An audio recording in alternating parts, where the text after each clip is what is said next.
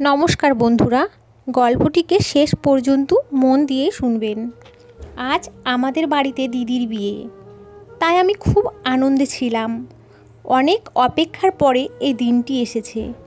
বিয়ের আয়োজন আমাদের বাড়ির পাশের একটি স্কুলে করা হয়েছিল। দিদির বিয়ের জন্য বছরের পর বছর অপেক্ষা করতে হয়েছে, কারণ দিদির বয়স একটু বেশি, তাই সম্বন্ধ খুঁজে পাওয়া যাচ্ছিল না। কিন্তু এরপর হঠাৎ করেই খুব ভালো জায়গায় বিয়ে ঠিক হয়ে গেল এবং সাথে সাথে বিয়ের তারিখও ঠিক হয়ে গেল। আর আজ সেই দিন। বাড়িতে সব আত্মীয় এসে গেছেন, বরযাত্রী আসতে চলেছে।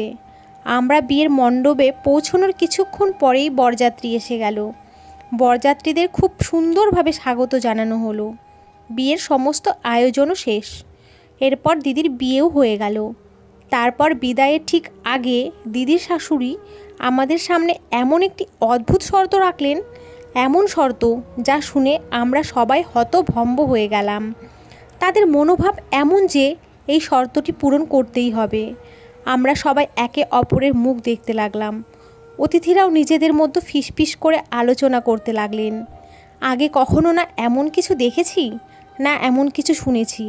আমার নাম রানী আর দিদির নাম মিনু। আমার বয়স 24, কিন্তু দিদি আমার থেকে 4 বছরের বড়। দিদির বয়স 28 বছর। মাধ্যমিক পাশ করার পর দিদি লেখাপড়া ছেড়ে দিয়েছিল, কারণ পড়াশোনায় তার তেমন কোনো আগ্রহ ছিল না। রান্নার প্রতি তার আগ্রহ ছিল, তাই সেখানে তার ভাগ্য ট্রাই করতে চাইতো।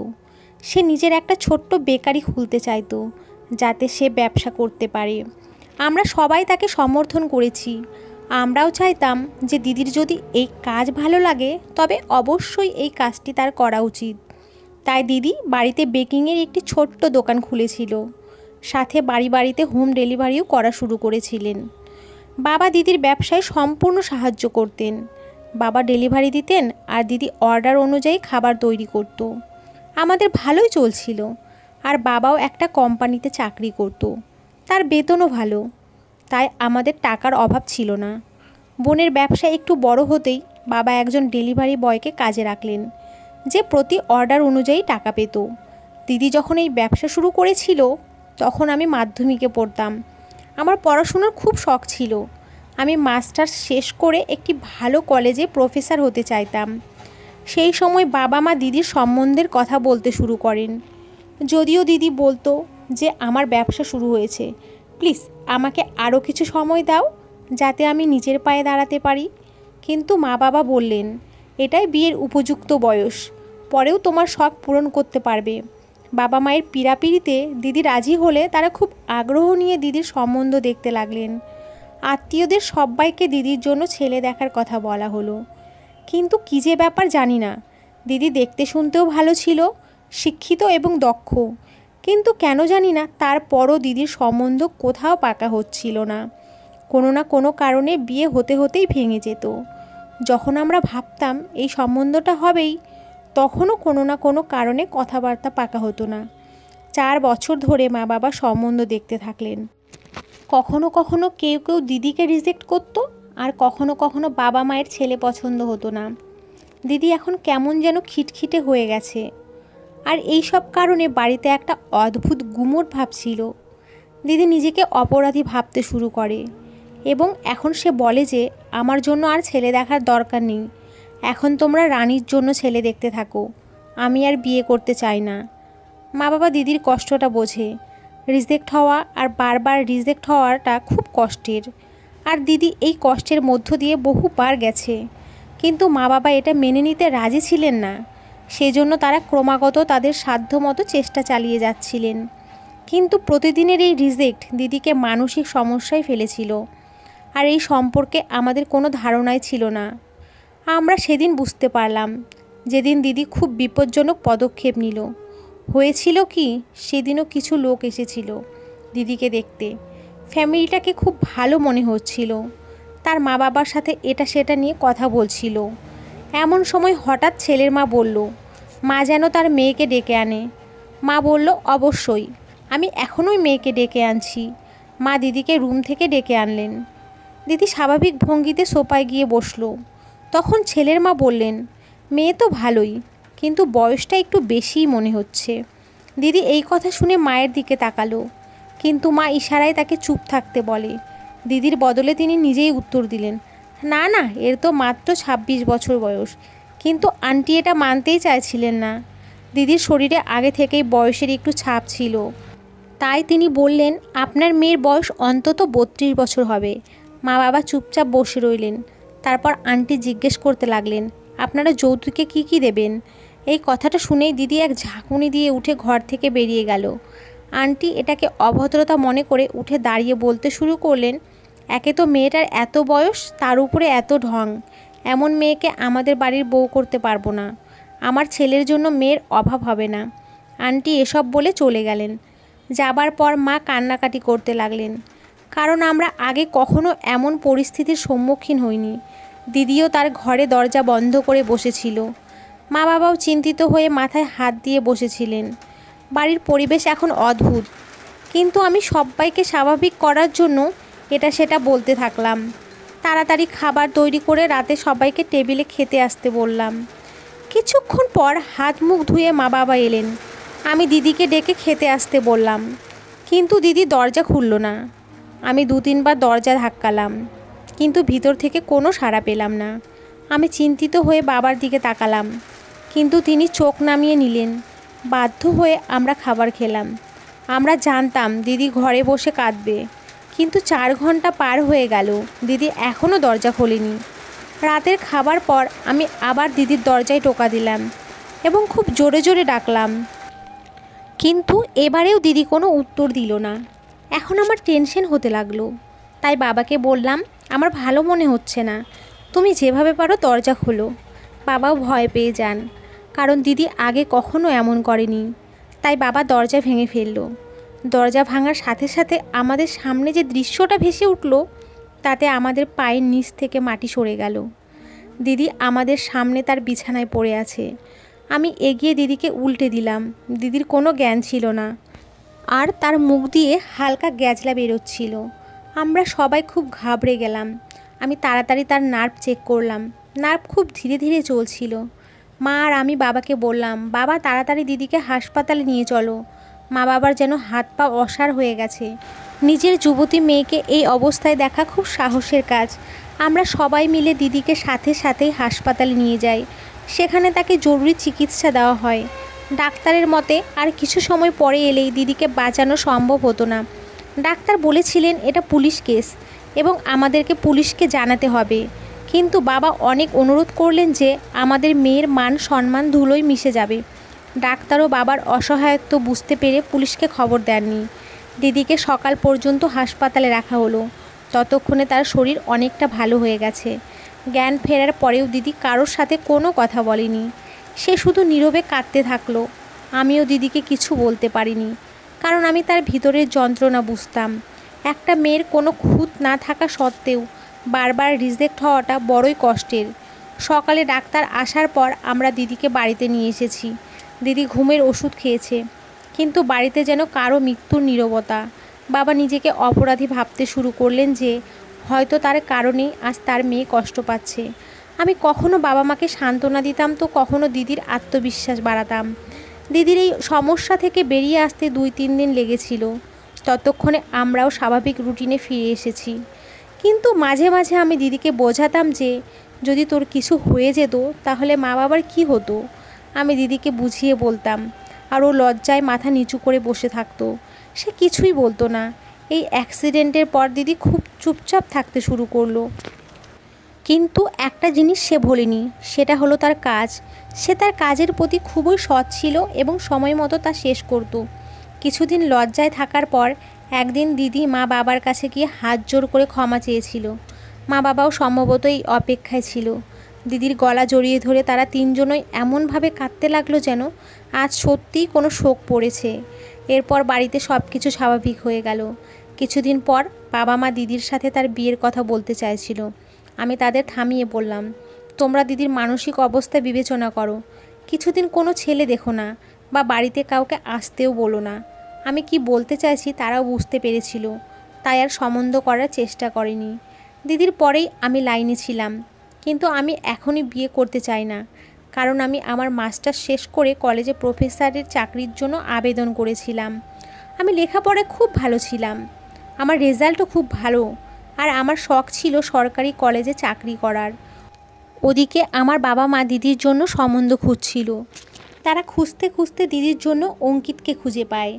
আমাদের এলাকায় একজনের মাধ্যমে এই খোঁজ আসে। বাবাকে যে আঙ্কেল ছেলের খোঁজ দিয়েছিল সে ছেলের খুব প্রশংসা করেছিল, তাই কয়েকদিন পর ছেলেদের বাড়িতে দেখতে আসার সময় দেওয়া হলো। মা বাবা অনেক আয়োজন করেছিলেন। আমাদের আশা ছিল যেন এই সম্বন্ধটা ঠিক হয়, তাই আমরা সেই অনুযায়ী প্রস্তুতিও নিয়েছিলাম। আমরা যা আশা করেছিলাম তাই হয়েছে। ছেলের বাড়ির সাথে আলোচনা খুব বন্ধুত্বপূর্ণ হয়েছে, গুরুত্বপূর্ণ ব্যাপারগুলোও মিটে গেছে। দিদি খুব ভয়ে ভয়ে এসেছিল, কারণ সেও ভয় পাচ্ছিল যে আজও তাকে রিজেক্ট করা হবে। কিন্তু দিদি বসার কিছুক্ষণ পরেই দিদির সামনেই তারা সম্বন্ধের জন্য হ্যাঁ বলেছিল এবং বিয়ের কথাও বলতে চাইল। মা বাবার মুখ হাঁ হয়ে যায়, কারণ তারা এতটাও আশা করেনি যে ছেলের পরিবারের মেয়ে এতটা পছন্দ হবে। দিদিও লজ্জা পেয়ে ভিতরে চলে গেল এবং অঙ্কিতের সাথে দিদির সম্বন্ধ প্রায় পাকা হয়ে গেল। আমি নিজেও দিদির জন্য খুব খুশি। অবশেষে তার বিয়ের ফুল ফুটতে চলেছে। একজন শিক্ষিত এবং ভালো ডাক্তার তার জীবনসঙ্গী হতে চলেছে। যেখানে বসেই ছেলের পরিবার আমার মা বাবাকেও তাদের বাড়িতে যাওয়ার নিমন্ত্রণ দিল। 3 দিন পর আমি, মা এবং বাবা ছেলেদের বাড়ি গেলাম। ছেলের বাড়িটা খুব সুন্দর। এখানে বাড়িতে আরামের সব কিছুই ছিল। বাবা মা আর আমি ছেলের বাড়ি দেখে খুব খুশি হলাম। ছেলেটাও খুব সংস্কৃতিমনা আর ভালো ছিল, সব কিছুই ঠিকঠাক। সেখানে বসেই অঙ্কিতের মা বললেন, বোন, আমি তোমার সাথে কিছু গুরুত্বপূর্ণ কথা বলতে চাই। আশা করি তুমি বুঝবে আমি কি বলতে চাইছি। আমার মা বললেন, হ্যাঁ বলুন, কি কথা। তখন অঙ্কিতের মা বলতে লাগলেন, আসলে আমি একজন মা, সুগার ও ব্লাড প্রেশারের পেশেন্ট। কবে আমার কি হবে জানি না, সেই জন্য আমি চাই অঙ্কিতের তাড়াতাড়ি বিয়ে দিয়ে ওকে সংসারী হতে দেখে শান্তিতে মরতে পারি। আপনাদের কাছে আমার একটাই অনুরোধ, বিয়ের তারিখ তাড়াতাড়ি করা উচিত। মা বাবার দিকে তাকাতে লাগলেন, কারণ মা একা এই সিদ্ধান্ত নিতে পারেন না, তাই তিনি বাবার মতামত জানতে চান। বাবাও কিছুটা চিন্তা করে বললেন, ঠিক আছে, আপনার যা ইচ্ছা, আমাদেরও এতে কোনো আপত্তি নেই। শুধু একটু সময় দিন প্রস্তুতির জন্য, যাতে আমরা আমাদের মেয়েকে সম্মানের সাথে বিদায় দিতে পারি। বাবা কথা শেষ করতে না করতেই অঙ্কিতের মা বললেন, দাদা কিছু চিন্তা করবেন না, আমরা যৌতুক চাই না, শুধু বরবধূকে দুহাত ভরে আশীর্বাদ দেবেন, সেটাই আমাদের জন্য অনেক। আন্টি খুব সুন্দর করে কথাগুলো বললেন। তখন বাবা বললেন, এটা আপনার ভালোবাসা এবং উদারতা, কিন্তু আমরা তো আমাদের মেয়েকে খালি হাতে পাঠাতে পারবো না, এটাই আমাদের সমাজের রেওয়াজ। এসব আলোচনার মাসখানেক পরই বিয়ের তারিখও ঠিক হয়ে গেল। মা বাবা খুব খুশি এবং আমার নিজেরও আনন্দ দেখার মতো। আমি প্রতিটি প্রস্তুতিতে সক্রিয়ভাবে অংশ নিচ্ছিলাম এবং অনেক ড্রেস কিনেছিলাম। আমি দিদির জন্য অনেক কেনাকাটা করেছি। সেই সময় আমার জন্য আর একটা খুশির খবর অপেক্ষা করছিল যে আমি একটা সরকারি কলেজে প্রফেসরের চাকরি পেয়েছি এবং 2-1 দিন পরে আমি জয়েনিং হতে চলেছে। আমার সাফল্য দেখে সবাই খুশি। গোটা এলাকায় মিষ্টি বিতরণ করা হলো। আমিও খুব খুশি। একের পর এক খুশির খবর পাচ্ছিলাম। বাবা আগেই দিদির যৌতুকের জন্য কিছু জিনিস আগেই কিনেছিলেন। এখন কিছু ইলেকট্রনিকের জিনিস এবং কিছু আসবাবপত্র কেনা হয়েছিল। আমরা বিয়ের প্রস্তুতি নিয়ে এত ব্যস্ত যে আর অঙ্কিতের বাড়িতে যাওয়ার সময়ই পাইনি, যেখানে অঙ্কিতের পরিবারের সদস্যরা 2-3 বার এসেছিলেন দিদির মাপ নিতে এবং কিছু গুরুত্বপূর্ণ আলোচনা করতে। আজ আমাদের পরিকল্পনা ছিল অঙ্কিতের বাড়িতে গিয়ে তার জামা কাপড়ের মাপ নেওয়া। তার সঙ্গে বাবা জিজ্ঞেস করতে চেয়েছিল বিয়েতে কতজন বরযাত্রী আসবে। তাই বাবা আর আমি অঙ্কিতের বাড়ির দিকে এলাম। আমরা আগেই খবর দিয়েছিলাম, তাই আন্টি দরজায় উপস্থিত ছিলেন। সুন্দরভাবে আমাদের স্বাগত জানালেন এবং আমরা ভিতরে বসলাম। অঙ্কিতের বাবা বাড়িতে ছিলেন না। অঙ্কিত বাড়িতে থাকায় তিনি অঙ্কিতের কাছ থেকে তার জামা কাপড়ের মাপ নিলেন এবং বাবা আন্টিকে জিজ্ঞাসা করেছিলেন কতজন বরযাত্রী যাবেন। আন্টি সাফ জানিয়ে দিলেন বরযাত্রী মাত্র 15 থেকে 20 জন হবে, কারণ আমরা আপনাদের কোনো ঝামেলায় ফেলতে চাই না।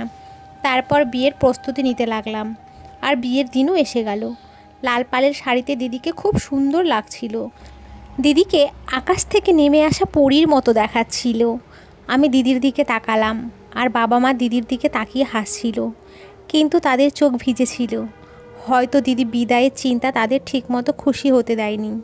বরযাত্রী এসে গেছে এবং বিয়ের আচার অনুষ্ঠান ভালোভাবেই সম্পন্ন হয়েছে, কিন্তু হঠাৎ করে এমন একটা ঘটনা ঘটল যা সবাইকে হতবাক করে দিল। অঙ্কিতের মা আমার মাকে জানালো যে তাদের রীতি হলো নতুন বউকে তারা তাদের বাড়িতে নিয়ে যাওয়ার আগে তাকে হাসপাতালে নিয়ে যায়, তারপরই তারা দিদিকে বাড়িতে নিয়ে যেতে পারবে। মা এই কথা শুনে হতভম্ব হয়ে গেলেন। মা বললেন, আগে তো এ কথা কখনো দেখিনি বা শুনিনি, এ কেমন অদ্ভুত প্রথা। মা একটু রেগেই বললেন, কিন্তু আন্টি অনর যে তাদের বাড়ির রেওয়াজ এটাই, বংশ পরম্পরায় চলে আসছে। মা বলতে লাগলেন, এটা কিভাবে হতে পারে? কনেকে বিদায় করে বাড়িতে নিয়ে যাওয়ার বদলে তোমরা তাকে হাসপাতালে নিয়ে যাবে? এটা আবার কেমন প্রথা? এর কোনো মানে হয়? আন্টি বলতে লাগলো, এটা আমাদের রেওয়াজ, আর এই প্রথা তোমাদেরও মেনে চলতে হবে। আজ পর্যন্ত আমরা তোমাদের কোনো জোর করিনি বা কোনো দাবিও করিনি, তবে এখন এটা তোমাদের মেনে নিতেই হবে। আন্টির কথা শুনে মা চুপ হয়ে গেলেন। কথাটা ছড়াতে ছড়াতে পুরুষদের মাঝে পৌঁছে গেল। ছেলের পক্ষে পুরুষরা এটার পক্ষে। তারা বলল, এটা যখন প্রথা তখন সবারই মেনে চলতে হবে। ওরা সবাই বলছিল, আমাদের বাড়ির রীতি অনুযায়ী মেয়েটা আগে হাসপাতালে যাবে, তারপর বাড়িতে যাবে। কিন্তু মা বাবা মোটেও রাজি ছিলেন না। তারা বলছিলেন, এখন বাড়িতে নিয়ে যান, পরে হাসপাতালে নিয়ে যাবেন। কিন্তু তারা কোনোভাবেই রাজি হচ্ছিল না। শেষ পর্যন্ত ছেলের পক্ষে সিদ্ধান্ত মেনে নেওয়া হয়, কারণ মা বাবা ভয় পাচ্ছিলেন যে এই ছোট্ট বিষয়টিকে একটি অজুহাত হিসেবে ব্যবহার করে বিয়েটি ভেঙে দিতে পারেন। যদিও তাদের মন কোনোভাবেই মানতে চাইছিল না, কিন্তু তারা বাধ্য হয়ে তাদের অনুরোধে রাজি হয়েছিলেন।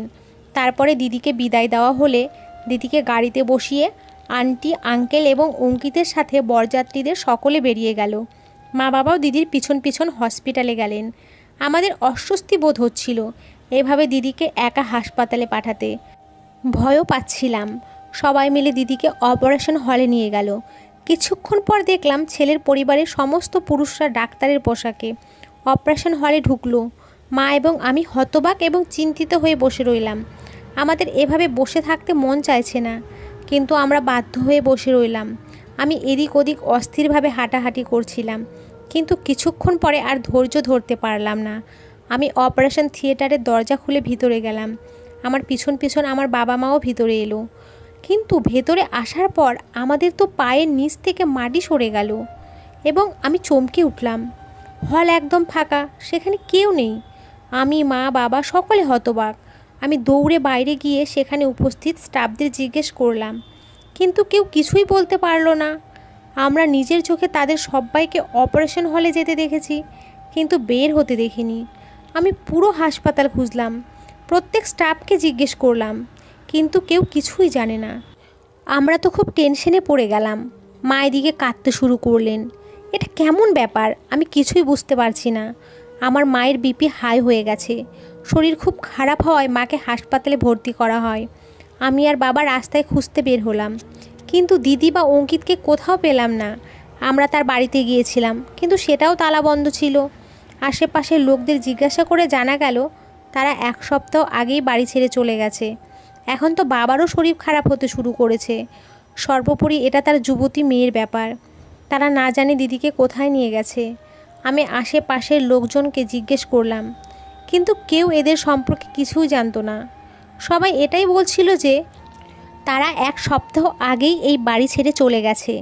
কয়েক মাস আগে এই বাড়িটি ভাড়ায় নিয়েছিল এবং তাদের যে ছেলের বিয়ে সেটা তো আমরা কেউ জানতাম না।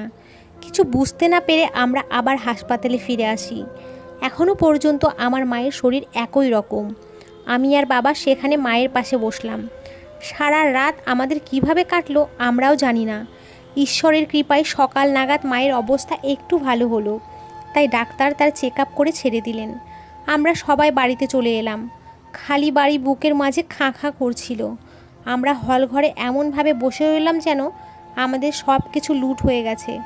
আমরা একে অপরের থেকে নজর লুকিয়ে কাঁদতে থাকলাম। এখন পর্যন্ত দিদির খবর কিছুই জানি না। এখন প্রতিটি মুহূর্ত আমাদের উপর কষ্টের বোঝা বাড়ছিল। অবশ্যই আমরা দিদিকে বিয়ে দিয়ে বিদায় দিয়েছিলাম, কিন্তু যে সেভাবে নিখোঁজ হলো তা আমাদের চিন্তায় ফেলে দিল। আর তারা কিভাবে এক সপ্তাহ আগেই বাড়ি ছেড়ে চলে গিয়েছিল। তাহলে ওরা কোথায় থাকতো আর দিদিকেই বা কোথায় নিয়ে গেল? ওদের উদ্দেশ্য কি, এটা ভেবে আমাদের আত্মা কেঁপে উঠছিল। হঠাৎ আমার মনের মধ্যে একটা চিন্তা এলো, আর আমি বাবাকে বললাম, বাবা, দিদির বড় কোনো ক্ষতি হওয়ার আগেই পুলিশে রিপোর্ট করতে। আমি এই কথা বললে বাবা বলল, এভাবে আমাদের মান সম্মান ধুলোয় মিশে যাবে। বিয়ের দিন যা হয়েছিল তাই নিয়ে মানুষ ইতিমধ্যে অনেক গল্প বানিয়ে ফেলেছে। এখন পুলিশে রিপোর্ট করলে সব জায়গায় এটাই আলোচনার বিষয় হবে। কিন্তু আমি বললাম, বাবা, দিদির কথাও আমাদের ভাবা উচিত। আমরা মানহানির ভয়ে বসে থাকলে দিদির জীবন সংশয় হতে পারে। বাবা চুপ হয়ে গেলেন, আর মা কাঁদতে কাঁদতে বললেন, রানী একদম ঠিক কথাই বলেছে। দয়া করে তুমি পুলিশে রিপোর্ট করো। আমার মেয়েকে যেখান থেকে হোক আমার কাছে ফিরিয়ে আনো। ঈশ্বর জানেন ও কী অবস্থায় আছে। কি জানি ওরা কারা, আর আমার মেয়েকে কোথায় নিয়ে গেছে। মা কাঁদতে কাঁদতে বললেন। তখনই বাবা ঝট করে উঠে ভিতরে চলে গেল। আমি নিজেও বুঝতে পারছি যে যদিও আমরা সবাই কষ্টে ছিলাম, কিন্তু বাবা আমাদের থেকে বেশি কষ্টে ছিলেন। সময় দ্রুত চলে যাচ্ছিল, কিন্তু আমাদের কাছে প্রতিটি মুহূর্ত কয়েক যুগের মতো মনে হচ্ছিল। আমাদের রাতের ঘুম উড়ে গিয়েছিল। আমি বাবাকে বারবার বলেছিলাম পুলিশে রিপোর্ট করতে, কিন্তু বাবা বলল, আজ রাতটা দেখি, কালকে পুলিশের কাছে গিয়ে রিপোর্ট করব। আমিও বাবার জেদের কাছে চুপ হয়ে গেলাম। বাবা কিছু ভেবেই বলছে। মায়ের শরীরও কিছু সময় পর পর খারাপ হয়ে যেত। কখনো তার সুগার বেড়ে যেত, কখনো তার বিপি হাই হয়ে যেত। এখন আমাদের সময় খুব মুশকিলে চলেছে। সারাটা রাত এভাবেই পার হলো। এখনও অবধি দিদির কোনো খবর নেই। পরের সকালটা আমাদের জন্য মোটেও উজ্জ্বল ছিল না। বাবা অস্থিরভাবে ভেতর বাইরে করছিলেন, আর মা হাই বিপির কারণে শুয়েছিলেন।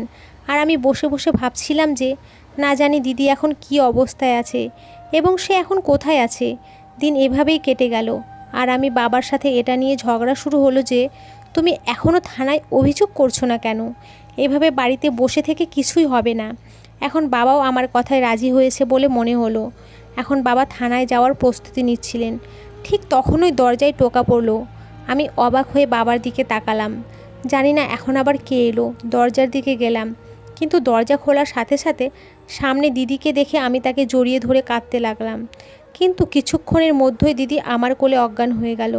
আমি সাথে সাথে চিৎকার করে মা বাবাকে ডাকলাম।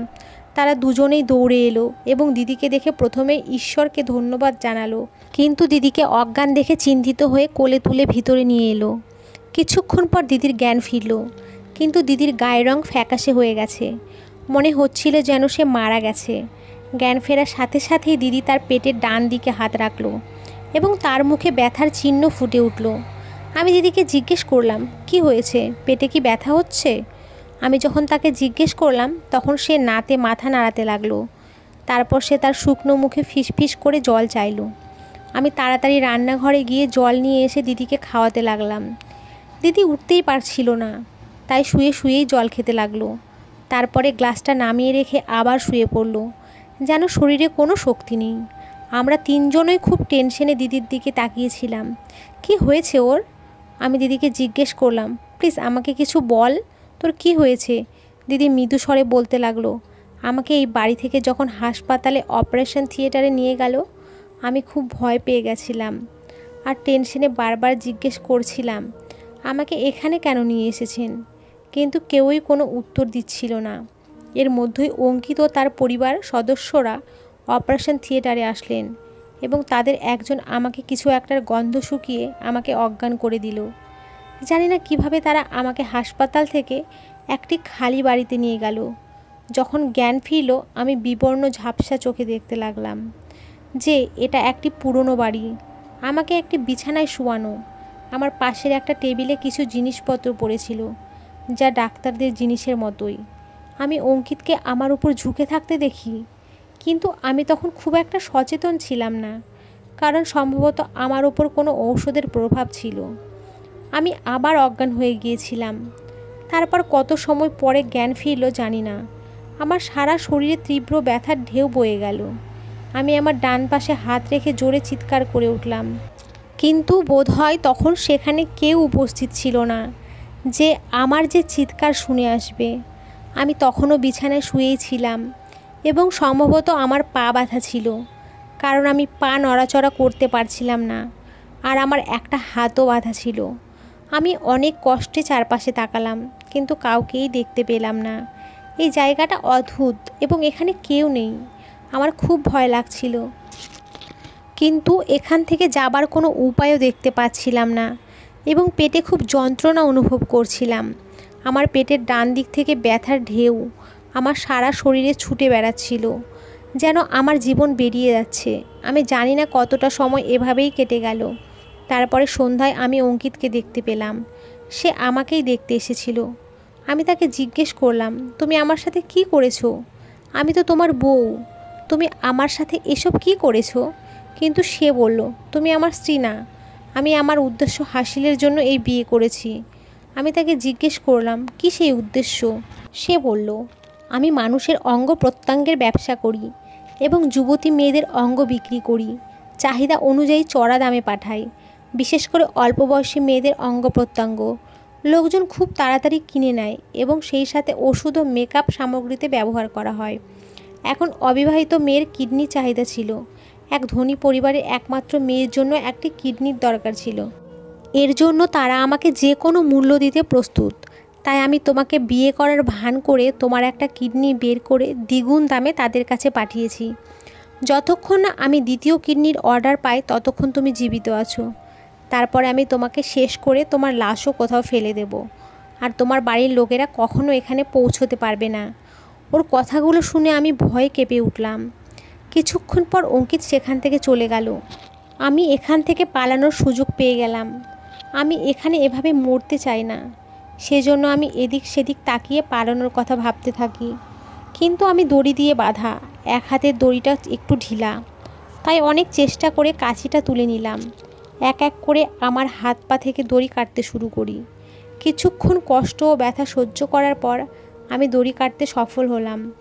তারপর আমি সেখান থেকে পালিয়ে যাই। জায়গাটি শহর থেকে অনেক দূরে। আমার একটা কিডনি সবেমাত্র অস্ত্রোপচার করে কেটে ফেলা হয়েছিল। দৌড়াতে গিয়ে আমার খুব কষ্ট হচ্ছিল, কিন্তু কোনো রকমে আমি রাস্তার ধারে পৌঁছে সেখান থেকে লিফট নিয়ে বাড়িতে আসি। দিদি যখন আমাদের তার দুঃখের গল্প বলল, আমরা সবাই পাথর হয়ে গেলাম। তারা কত নিষ্ঠুর এবং বিপজ্জনক। তারা কিভাবে মেয়েদের সাথে এটা করতে পারে? এমন জঘন্য খেলা খেলতে তাদের আত্মা কাঁপেনি। বাবা এই সময় উঠে বাইরে চলে গেল। আমি জানি তিনি কোথায় গেছেন। যে কাজ তার আগেই করা উচিত ছিল, সেই কাজ তিনি এখন করতে গেছেন। বাবা পুলিশের কাছে অভিযোগ জানাতে গিয়েছিল। দিদির এই আতঙ্ক থেকে বেরিয়ে আসতে অনেক সময় লেগেছে, কিন্তু আমি মানসিকভাবে খুব বিপর্যস্ত হয়ে পড়ি। সেই দুর্ঘটনার পর 1 বছর পেরিয়ে গেছে। বাবার পরিশ্রম সার্থক হয়েছে এবং অঙ্কিত ধরা পড়েছে এবং দিদি তাকে শনাক্ত করে তার বিরুদ্ধে একটি মামলা করেছিল। অঙ্কিত এখন পুলিশের হেফাজতে রয়েছে এবং পুলিশ তার ভালোই খাতির যত্ন করেছে। পুলিশের জিজ্ঞাসাবাদে অঙ্কিত তার বন্ধুদের ঠিকানাও বলে দিয়েছে। পুলিশ তাদের সবাইকে হেফাজতে নিয়েছে। ধীরে ধীরে দিদি তার স্বাভাবিক জীবনে ফিরতে শুরু করেছে, আর এখন সে মা বাবার সামনে হাত জোড় করে তাদের অনুরোধ করেছে তার বিয়ের কথা আর না বলার জন্য। এখন সে আবার তার ব্যবসা শুরু করেছে, আর দিদির রেস্টুরেন্ট আবার চলতে শুরু করেছে। মা বাবা আর কখনো আমাদের সামনে বিয়ের কথা বলেননি। দিদি তো ভুলেও বিয়ের নাম করতো না। দিদি বলতো যে বিয়ে জীবনের অপরিহার্য অঙ্গ নয়, এমনকি একজন পুরুষের সঙ্গ না পেলেও একজন নারী নিজের পায়ে দাঁড়াতে পারে এবং একাকী জীবনযাপন করতেও পারে। কিন্তু মা বাবার মনের কোথাও না কোথাও একটা আশা অবশ্যই ছিল যে তাদের 2 মেয়েরও যেন নিজের পরিবার হয়। কিন্তু দিদির সাথে দুর্ঘটনার কারণে তারা এতটাই ভয় পেয়েছিল যে তারা বিয়ের কথা আর চিন্তাও করেনি। এই ঘটনার পর 3 বছর কেটে গেছে। এখন দিদির বয়স 31 বছর আর আমার বয়স 27 বছর। দিদির সাথে সাথে আমার চিন্তাও বাবাকে বিচলিত করতো যে আমারও বিয়ের বয়স পেরিয়ে যাচ্ছে, কিন্তু তিনি তা বলতে পারেননি। কিন্তু সেদিন মা বাবার সমস্যার সমাধান হয়ে যায় যেদিন আমি এক প্রফেসরের প্রেমে পড়ি। সঞ্জয় আমার কলেজের প্রফেসর। আমরা দুজনেই দুজনকে ভালো লাগতো। কিন্তু একদিন সঞ্জয় আমাকে প্রপোজ করে এবং আমিও সঞ্জয়ের প্রেমে পড়ে যাই। সঞ্জয়ের কোনো দোষই আমার চোখে পড়েনি। আমি আমার বাবা মাকে জানালে বাবা মা খুব খুশি হন। দিদিও খুব খুশি। এঙ্গেজমেন্ট হলো আর বিয়েও হয়ে গেল। আমি বউ হয়ে সঞ্জয়ের বাড়িতে এসেছি। সঞ্জয় খুব ভালো, সে আমার খুব যত্ন নিত।